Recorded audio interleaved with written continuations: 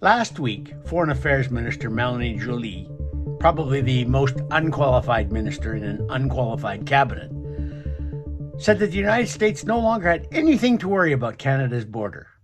If the core of Donald Trump's threats to impose huge tariffs on Canada are his concerns that we are allowing too many illegal immigrants and too many illegal drugs to enter the United States from Canada, Joly's implication was, hey, we're spending $1.3 billion. The United States shouldn't worry anymore. Don't put those tariffs on us. But the problem is, it's like most things Melanie Joly says, it's bump. The $1.3 billion sounds like a lot of money, but it isn't even close to what would need to be spent to secure our border, to keep people who are illegally in our country from illegally crossing into the United States. And it wouldn't be enough money to keep illegal shipments of fentanyl and meth from going from Canada into the United States. So $1.3 billion isn't enough. But the real travesty about that figure is that it will be spread over 6 years, and most of it will not be spent until the last 4 years of that 6-year period. They're spending almost nothing over the next 2 years. We have impending threats of tariffs over our heads right now in Canada. They could come as early as this weekend, February the 1st. And the government, the Liberals, are doing almost nothing to improve our border security. They know that's what the Americans' big concern is. But they're now so convinced that they should show how tough they are, how they can go dollar for dollar tariffs with the Americans, how they can show that angry orange man that they're tough and maybe raise their standings in the polls. They're so convinced that that's the way to go that they have forgotten to even try and answer the Americans' concerns about our border.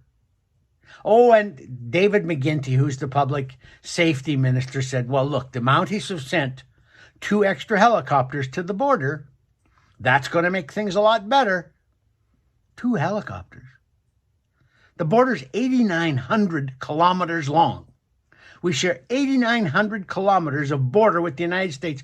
2 helicopters, each of them flying a standard amount with a standard fuel tank, every day would take 3 weeks to cover half the border. So if you started them in the middle and each flew the opposite way to the other coast, it would take 3 weeks for them to get there.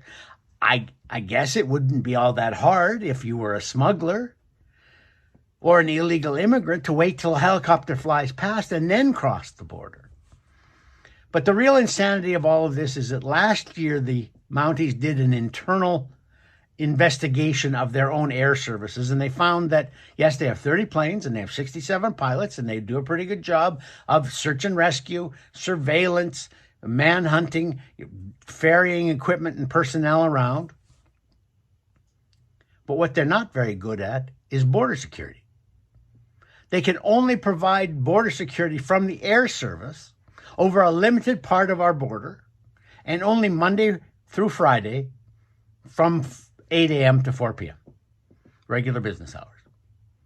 I think Melanie Joly and David McGuinty and the rest of the Liberals should post signs all along the border that say, dear smugglers and illegal immigrants, you are about to commit a serious offense by crossing the Canada-US border unauthorized.